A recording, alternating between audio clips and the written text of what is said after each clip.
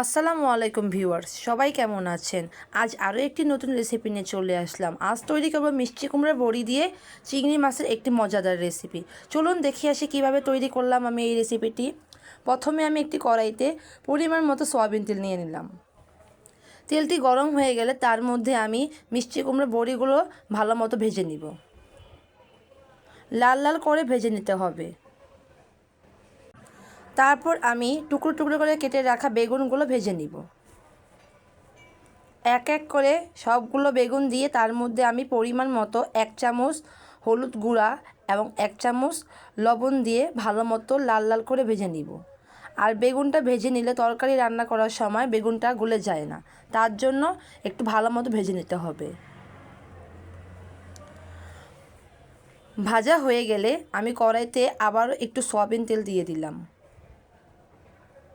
তারপর আদা রসুন বাটা দিয়ে দিব। এখন চুলার আঁচটা একটু কমিয়ে দিয়ে ভালো মতো আমার মশলাটা ভেজে নিতে হবে।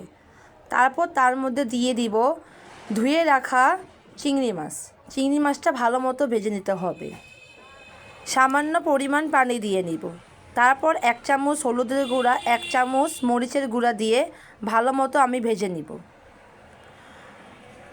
ভাজা হয়ে গেলে তার মধ্যে ভেজে রাখা বড়িগুলো দিয়ে দিব আর টুকরো করে রাখা কয়েক পিস আলু দিয়ে দিলাম।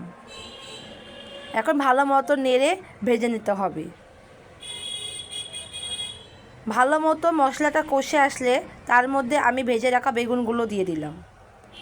এখন ভালো মতো নেড়ে পরিমাণ মতো আমি পানি দিয়ে দিব রান্নাটা হওয়ার জন্য।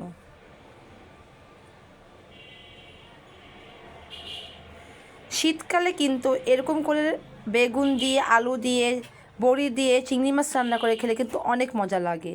অবশ্যই বাসায় একবার হলেও ট্রাই করবেন। এখন আমি নামিয়ে নিব। এই তো তৈরি হয়ে গেল আমাদের মজাদার মিষ্টি কুমড়া বড়ি দিয়ে চিংড়ি মাছের একটি অসাধারণ রেসিপি। ভিডিওটি ভালো লাগলে লাইক, কমেন্ট, শেয়ার করে আমাদের পেজের পাশে থাকবেন। আজকের মতো এই পর্যন্ত, ধন্যবাদ।